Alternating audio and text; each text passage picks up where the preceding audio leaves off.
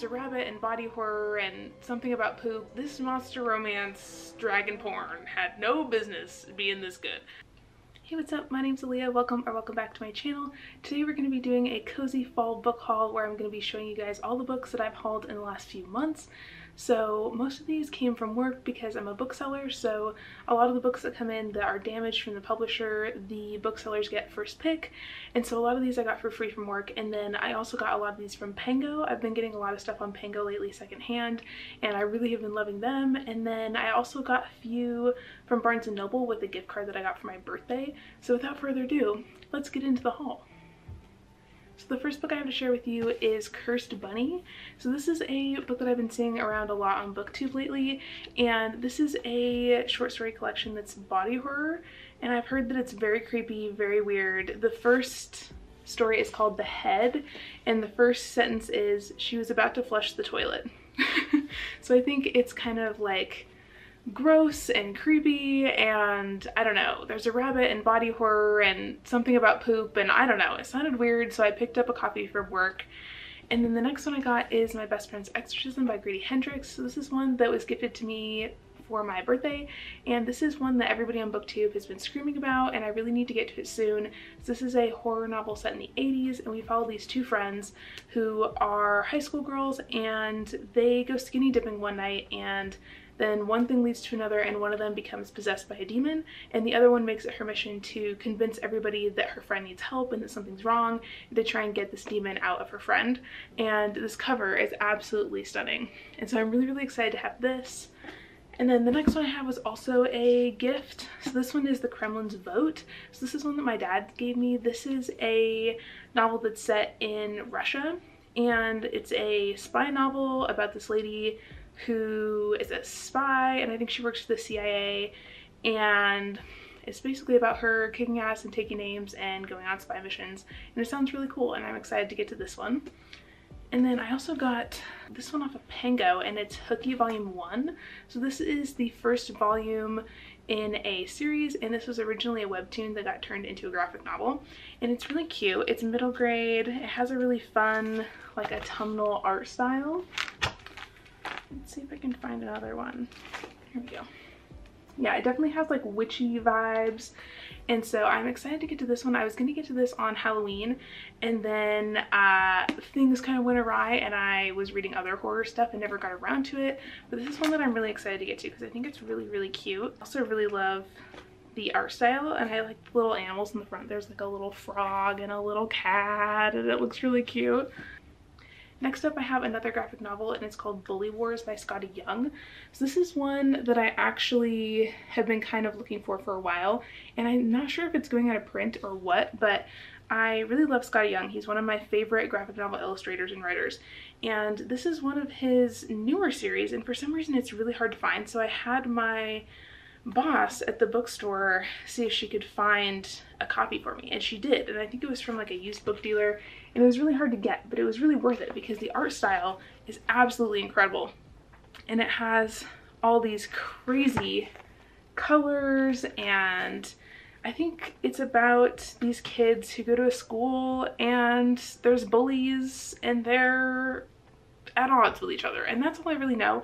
I didn't need to know too much because I love Skottie Young so much, and I also didn't know when I first got this that the art is so elaborate, but I'm super into this. I'm really excited to get to it. I think this is the first one in a new graphic novel series of his.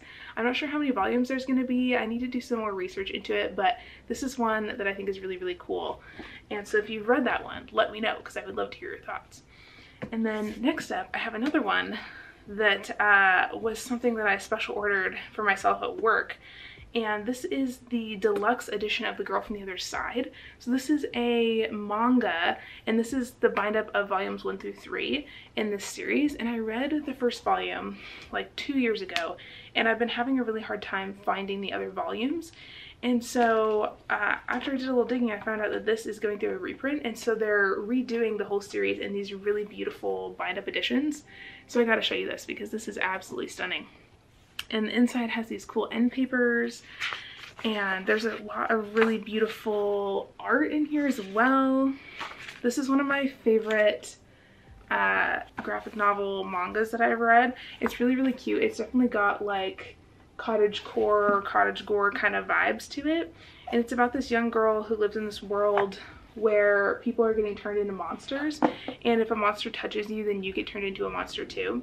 And she was originally living with her aunt, and then her aunt got turned into a monster, and so this girl is kind of on her own, and this monster guy finds her, and he kind of adopts her and takes care of her, and they live together in this little cottage, and she's little and doesn't really understand what's going on, and so he is trying to just like take care of her, and they do a lot of like baking bread and going on walks through the forest and stuff, and it's just really tender and beautiful.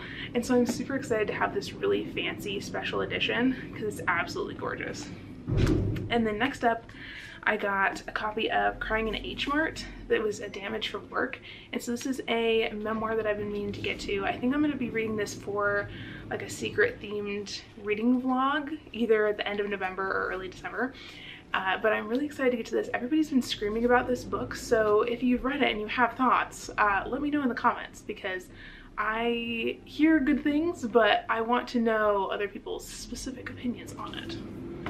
And then next up, I have another book that's also for that secret vlog, and that is Lonely Castle in the Mirror. So this is one that I'm interested in because Allie from Alice in Pages has been screaming about this, and this is one of her favorite books of all time.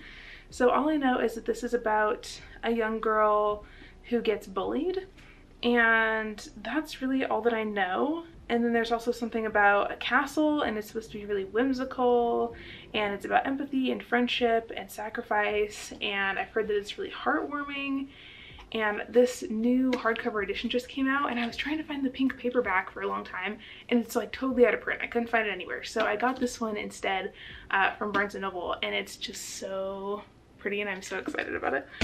And then I also got this one from work that was another damage.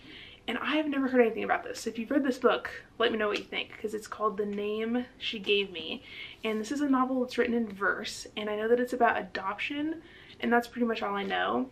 The inner flap says that it's an emotionally poignant novel written in verse about a young girl's journey to find her family and uncovering beautiful and heartbreaking truths and exploring how challenging yet healing family can be.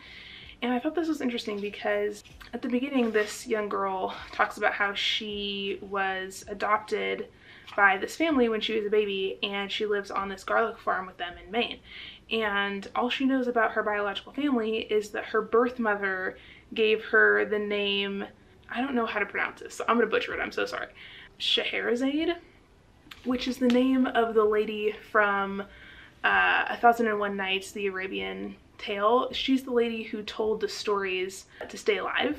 And so I thought it was really interesting that her mom gave her that name and then put her up for adoption, and that's all she knows. So it's basically about this girl trying to find out more about her birth family, and it sounds really interesting. And I love novels that are written in verse, especially ones that are like YA or middle grade. So I think this is going to be right up my alley. But if you've read this, let me know, because I've heard 0 reviews and I know nothing other than that. Next, we have an arc, and it's called 6 Times We Almost Kissed by Tess Sharp. So Tess Sharp is the author who wrote The Girls I've Been, which was one of my favorite books of last year, and that was a YA thriller, and it was really hardcore and dark. And this is her new novel that's coming out in January of 2023, and this is like YA sapphic romance. And so all I know about this is that it's written by an author that I really like and really trust. And her last book was also sapphic, and that one was really good too. The sapphic rep was really cool, and so I am interested in this. And it's about sapphic girls, and there's some incident with a kiss, and they have to deal with the aftermath of that. That is all I know.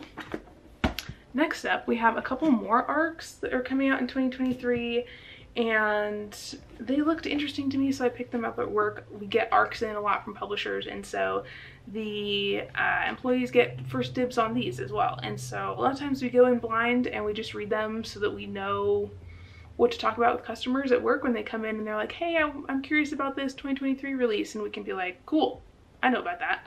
So the first one I have for you is called Black Dove. So this is giving like The Hollow Places meets The Last House on Needless Street, and it's about this boy and his father. So the back says, in a tall and narrow house on a stained and busy street lived 12-year-old Oliver and his father, a story-loving writer. Haunted by the ghost of his alcoholic mother, Oliver finds comfort in his father's tales of the black dove, an elusive flower that gives strength. And then later on it says that Oliver meets the girl from across the street and their friendship grows in a neighborhood where magic is real, where murders gather, and where the darker consequences of fantasies play out. So I think this is sort of like a fantasy magical realism vibe. Other than that, I don't really know much about it, but this cover is really, really cool. And it also mentions that the boy Oliver goes to this junk shop that's run by an enigmatic man. So that's kind of where I was thinking it sounds a little bit like the Curiosity Shop from the Hollow Places. And then they live in this like creepy house, and there's something about a ghost of their dead mom, and it sounds really cool. So I'm interested to get to that. And then the next one is also ghosty. It's called The Hungry Ghosts, and this one is set in Trinidad in the 1940s. And it's about a boy who goes missing, and it says it's about religion, class, family, and historical violence. It's rooted in Trinidad's wild pastoral landscape and inspired by oral storytelling. Hungry Ghosts is deeply resonant of its time and place while evoking the roots and ripple effects of generational trauma and linked histories. And so I really love books about generational trauma and ghosts, so that's why I picked this one up. I think it's going to be interesting. I don't think I've ever read a book that's set in Trinidad before, so I think that's going to be really cool. Next, we have this one's called Someone Had to Do It, and I'm not sure if this is going to be my cup of tea, but I picked it up because it's blurbed by Elaine Fargo on the back, who's the author who wrote They Never Learn. And so it says, a juicy, brilliant treat of a thriller that combines sexy fashion glamour with salient points about privilege, racism, and the corrosive effects of extreme wealth. So all I know is it's about this girl named Brandy who is an intern at a New York fashion house, and she's facing some microaggressions from her white colleagues, and then I think things go from there. So I'm not sure if it's like hot girl murder vibes or what the deal is, but this cover is really cool. It's kind of giving like noir thriller lady upstairs vibes, if you know what I'm saying. So this could be really cool. We'll see. And I also have this one called Benco by Cherie Demoline, which is a novel from the lady who wrote The Marrow Thieves, and she also wrote another horror that I can't think of the title right now, but I think it's called Empire of Wild. That's it. So she also wrote that, and so this is supposed to be her new witchy novel, and it's about a coven. And so the back says it's an incredibly inventive, highly anticipated new novel with witches, magic, and a road trip across America. And that's all I really know. There's a cantankerous mother who lives in a Toronto apartment. It's about magic and indigenous ancestors and witches.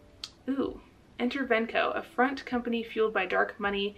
Benco's witches hide in plain sight, where women gather, Tupperware parties, mommy and me classes, suburban book clubs. Since colonial times, they have awaited the moment the seven spoons will come together and ignite a new era, returning women to their rightful power.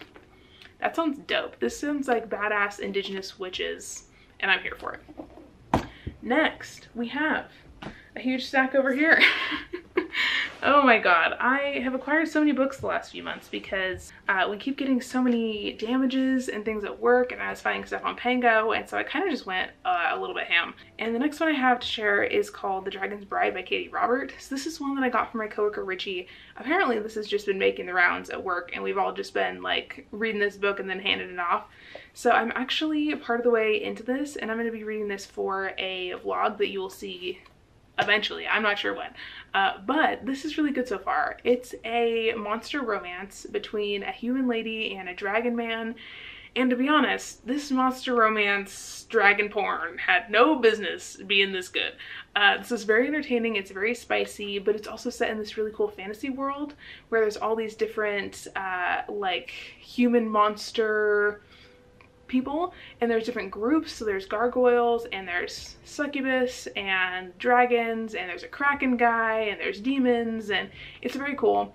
And it's basically about these different monster folks getting human brides and what happens from there. So this one follows a lady named Briar Rose and a dragon man named Soul, and they kind of get into an arranged marriage.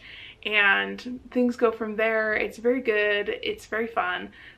Soul is actually like a really tender dragon guy, and Briar Rose is getting out of a abusive marriage that she was in previous to meeting this dragon man. She was married to a human guy for like 13 years and he was super abusive, and so she basically makes a deal with the demon at the beginning of the book, and the deal is that the demon will kill her husband for her if she agrees to 7 years of servitude in the demon realm, where she has to agree to let a demon of the head demon's choice, basically, the opportunities to seduce her.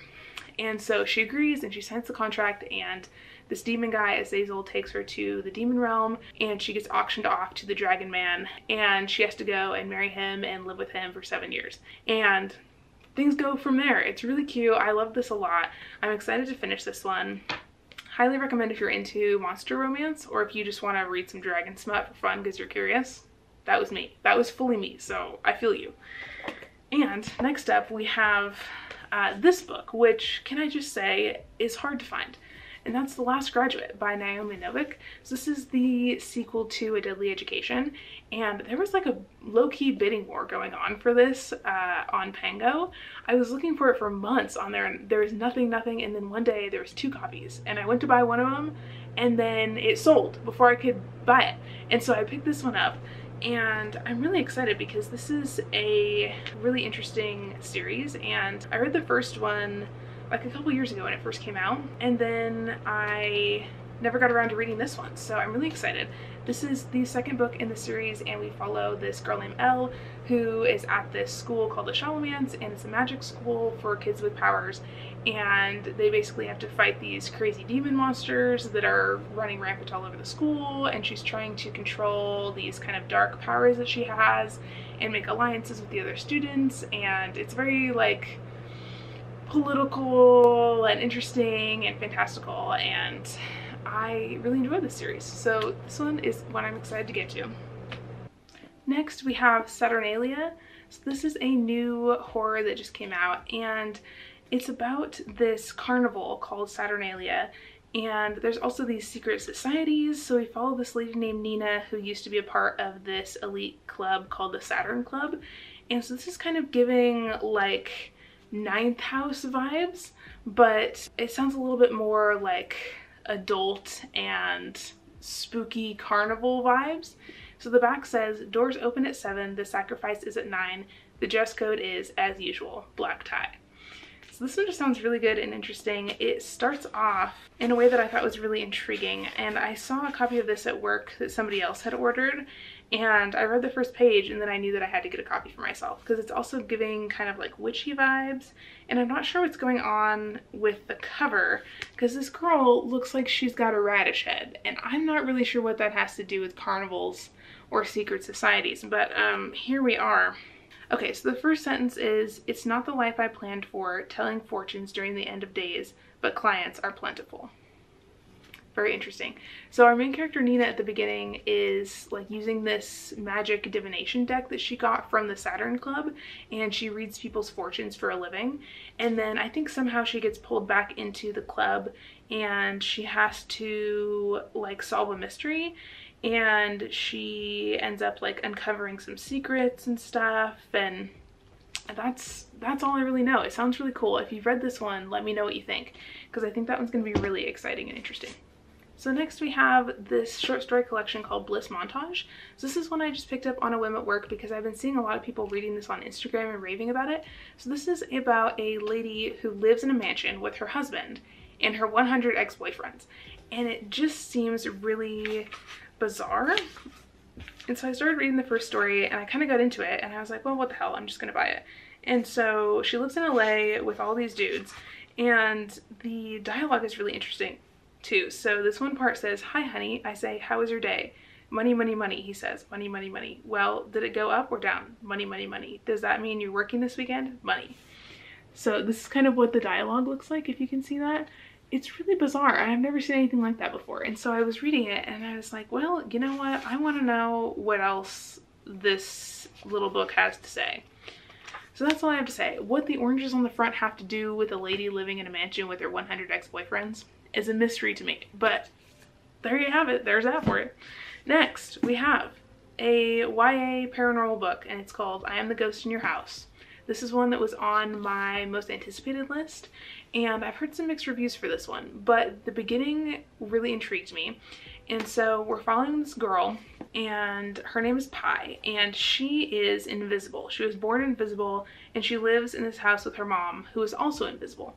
And the beginning opens with her mom, who is pregnant in a bathtub, and she's giving birth to Pi, and she is invisible, so nobody can see either of them. And so they kind of have this like isolated relationship going on, but Pi is really lonely, and so I think she is like trying to make friends, and she like maybe falls in love or something like that.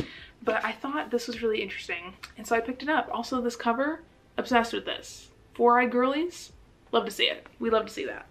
Next, we have another arc, and this one looks a little bit bizarre. It's called The McMaster's Guide to Homicide, Murder Your Employer. What does that mean? I don't know. But I remember I was looking at the back of this when I first picked it up, and it's about this school where you can go and get trained on the fine art of murder. And it's like a secret society, clandestine college vibe. So I don't know, it sounds interesting. They basically just train people on how to kill other people and get away with it, is what it sounds like. But I thought that I better bring this home and not leave it in my locker at work, considering that it says how to kill your employer on it. Might raise some eyebrows on that one, but this looks really cool. I think it's young adult as well, and the first line is, "So you've decided to commit a murder. Congratulations. Simply by purchasing this volume, you've already taken the all-important step toward a successful homicide of which you can be proud, one that would gain you the admiration of your peers were they ever to learn of it. This book will see to it that they don't." That's what I have for you. That's it. Next, we have The Poppy War by R.F. Kuang. This is one I never thought I would read, to be honest with you. It seemed a little bit too hardcore, bloody war for me. But I've heard really good things about it, and so I'm interested to see what I think. This is another one that I got used, so we shall see. And then next up, we have a little pile that I got from Barnes & Noble. So we have Into the Riverlands by Nouveau. So this is the third book in the Singing Hills Cycle saga. And this is one that I'm really excited to get to because I've been reading one of these books each year as they've been coming out, and I really liked the last one a lot, so I'm interested to see where this one goes. It's very short. It's like 98 pages, so I think I'm going to be picking this one up really soon for my 24-hour readathon vlog, which you guys should be seeing after this one. So this is one I'm interested to get to. I also really like that this series has a lot of animals in it, and a lot of them like talk, and you get to hear, you know, each species of animal talk about like their history and their stories and that kind of thing. So I think this is going to be really cool. And then I also got The Undertaking of Heart and Mercy. So this is one that a lot of people have been raving about lately. And this is a romance between two undertakers, and it sounds like it's kind of a hate to love situation. And I was interested in this because I love romance, and because I'm really into dead people stuff. So I'm thinking this is going to be maybe kind of like the romance of Stalking Jack the Ripper, very like dark forensic dead people stuff, but also with a lot of like fun romance and witty banter. So I'm excited to get to this one. This looks really, really stunning as well. The chapter headings have these little roses and stuff on them, and it's just really, really cute. And then I also grabbed this graphic novel called Garlic and the Vampire. So this is one I've been dying to get to, and the art style is really cute, and it follows this little character named Garlic, and Garlic lives in this village with a bunch of other vegetables, and the vegetables basically take a vote and they say, okay, Garlic, we need you to go on this little adventure because this vampire has moved in to this castle next to the village, and we need you to go and see if he's a homie and if he's cool or if he's going to try to kill us. And so Garlic is like, okay, I don't really want to do this, but I guess I'm going to take my little wooden stake and go see what's up with this guy. And so Garlic goes to meet the vampire, and the story goes from there, and I'm really excited to see what I think of this. It looks really autumnal and really cute, and Garlic looks like like they're fretting a lot. But isn't that just like the most beautiful art style you've ever seen in your life? I'm so excited to get to this. It's so cute. Next, we have another anthology, and this one is called Queer Little Nightmares. So this is a collection of short stories and poetry. They're all queer, and they're very monstrous, and there's some horror vibes going on. And I saw Kayla from Books and Lala just did a vlog where she read this one, and she seemed to really like it, so I'm really excited to get to it. And I think once I read it, I'm also going to loan it out to some other friends who I think will really enjoy this as well. Honestly, anything that's gay and monstrous, like just put my name on it right now. Like, I need it in my life. I want it so badly. And let's see, what else have we got? We got this other stack over here. This one is another one I'm really excited about that I just bought a couple days ago, and it's called Premeditated Myrtle. So this is a middle grade mystery, and it's the first one in a mystery series, and we follow this young girl named Myrtle who's 12, and she's giving like 12-year-old weird girl into forensics and criminology vibes. And so basically one day she is hanging out at her house, and she's looking out this telescope that her dad got her. And she's supposed to be using it to study, but she's basically using it to spy on the neighbors. And she's looking at this house that is next door, this big mansion where this old lady lives. And she realizes that something is wrong. And she goes over to the house and she throws a rock through the window, kind of by accident. And then nobody ever comes out. And she's like, okay, well, that's weird as hell. Like, what's going on? And so one thing leads to another, and Myrtle thinks that her neighbor next door was murdered. And so she's trying to convince her dad, who's a lawyer, and also the cops to look into the death of this woman, because it's been ruled as a heart attack, because they're like, oh, whatever, she's old, she just died in the bathroom of a heart attack. And Myrtle is like, really? Then why are all the lilies in her garden gone? Her garden looks like shit, bro. I think somebody killed her. And everybody's like, oh no, Myrtle, like, you're a kid, like, you don't know what's up. And so Myrtle ends up kind of teaming up with her governess and trying to solve the murder herself, and she's like collecting clues and getting into mischief, and it's really fun because Myrtle is really, really funny. So this is kind of a combination of Series of Unfortunate Events and Lockwood & Co. So if you're into middle grade mysteries or either of those series, I think this is one that you would like. So I haven't really heard anybody else talk about this series, but I think it's interesting because this first one came out in 2020, and then book 4 is already out, and the 5th book is coming out in early 2023. So the author is really busting out this series. So if you're into middle grade, look into this one. Next, I got another graphic novel, and it's called Donuts and Doom. So this is a sapphic graphic novel, and it's about a lady who's a witch and a lady who's in a rock band, and it's kind of about their romance. And it sounds like they get off on the wrong foot at the start, and they have kind of a hate to love thing going on. And then the witch also has a really cute little snake familiar who really likes to eat donuts, and he's really cute as well. And it also has a really beautiful like pink and blue art style. So I wanted to show you guys that because I think it's really unique and pretty. And I'm excited to get to this. I have heard some mixed reviews for it on Goodreads.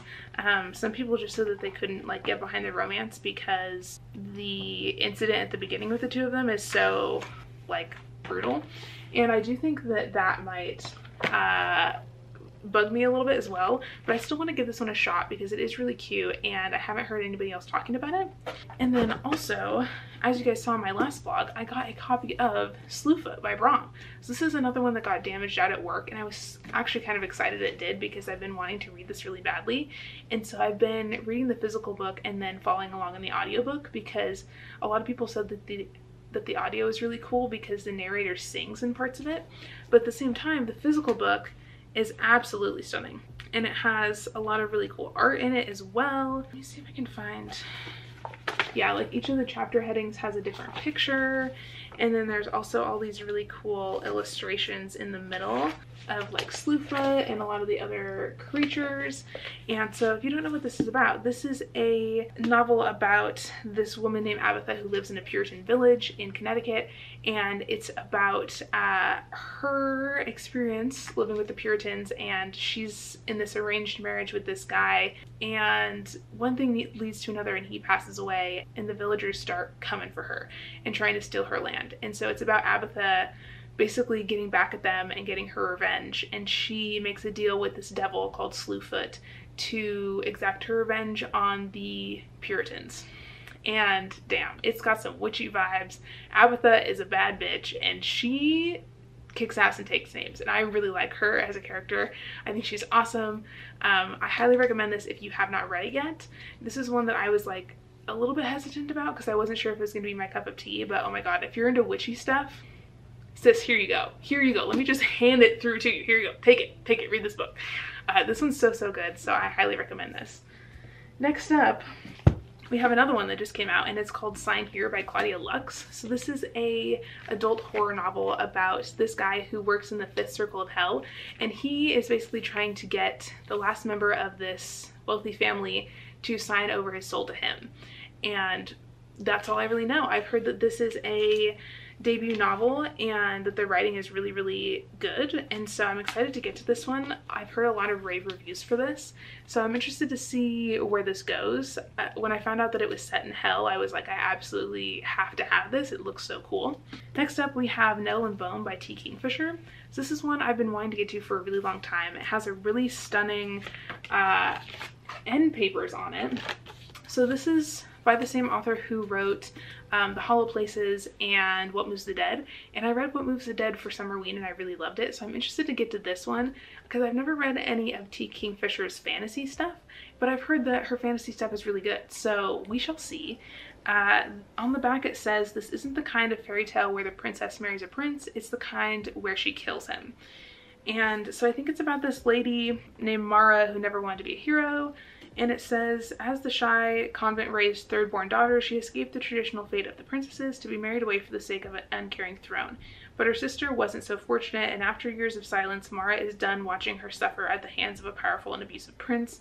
Seeking help for her rescue mission, Mara is offered the tools she needs, but only if she can complete 3 seemingly impossible tasks. Build a dog of bones, sew a cloak of nettles, and capture moonlight in a jar. So it sounds like it's about this girl who's going on a journey to try and save her sister who's in an abusive marriage, and I'm really down for that. This sounds like it could be really fun and fresh and cool, so that sounds exciting. Next we have another fantasy, and it's called A Taste of Gold and Iron. So this is one that I've been hearing really good things about. This is a gay fantasy novel, which we'd love to see it. And it says it's a slow burn romance with sexy, complicated relationships, and it's about ethics and duty and love. And that's all I really know. It's about a kingdom and some princes, and we love to see gay princes. We really do. And I've heard amazing things about this on booktube. Everybody's been saying that this is really well written and really good, so I'm interested to see what's going on with this. This is one that I was also really anticipating, that was on my most anticipated list for the spring, I believe. Next up we have an Eric LaRocca, who I have not read, but I've heard many things about, and this one's called Things Have Gotten Worse Since We Last Spoke and Other Misfortunes. So this is a new bind-up that just came out. So it has the story of Things Have Gotten Worse Since We Last Spoke, but it also has a couple other short stories by him that I think are kind of lesser known. So I'm interested to get to this because a lot of people have said that Eric LaRocca writes this nasty, gory, creepy, weird shit, and I'm intrigued by that. I'm also scared, but I'm mostly intrigued. So let me know if you've read Eric LaRocca and what you've thought of his work, because it sounds disgusting and revolting, but also in like a really intriguing and curious sort of way. And all I really know about this one is that it's about 2 young women on the internet in a chat room in the early 2000s, and one thing leads to another, and somebody gets hurt, I think, and it's about these women succumbing to their most horrific desires. What that means, I don't know. Does it freak me out? Yes. Does the original cover have a gross thing with a bleeding eyeball? Yes. Anyway, moving on. The next one I got is called Flesh and Blood. So this is a memoir, and I got this off of Benco. I've been wanting to read this for a long time. This is a book about a woman who, one day, she is in the middle of a writing class, and then she starts bleeding uncontrollably, and so she drives herself to the hospital, and she finds out that she needs like an emergency hysterectomy. And this is about her memoir and the experience that she had with that, and recovering, and infertility, and all this different stuff. But this is one of those books that I feel like is going to be really important and impactful, but is also going to be really hard to read. So if you're interested in books that are about, you know, infertility and menstruation and women's health and that kind of stuff, this might be something that you're interested in. I really want to read more books like that, and I have been wanting to for a long time. And I think these kind of nonfiction memoirs are like definitely the way to go for me personally. But at the same time, I think these are really hard stories to read, and so I think you kind of have to be in the right mindset and the right headspace for it. But there's a few others that I have also been wanting to get to. I'll put them up here. I think there's one called How the Pill like affects your brain, and then there's another one, oh my goodness, the title is escaping me at the moment, but I can picture the cover in my head. I'll put it up here for you in case you're interested in this kind of like nonfiction stuff specifically. But I want to get to this soon. I think that it's going to be something I might have to read in chunks though, because this is honestly like terrifying, but also really important, and I'm glad that these kind of memoirs exist in the world. And thank you so much for watching, and I will see you in another video very soon. Bye!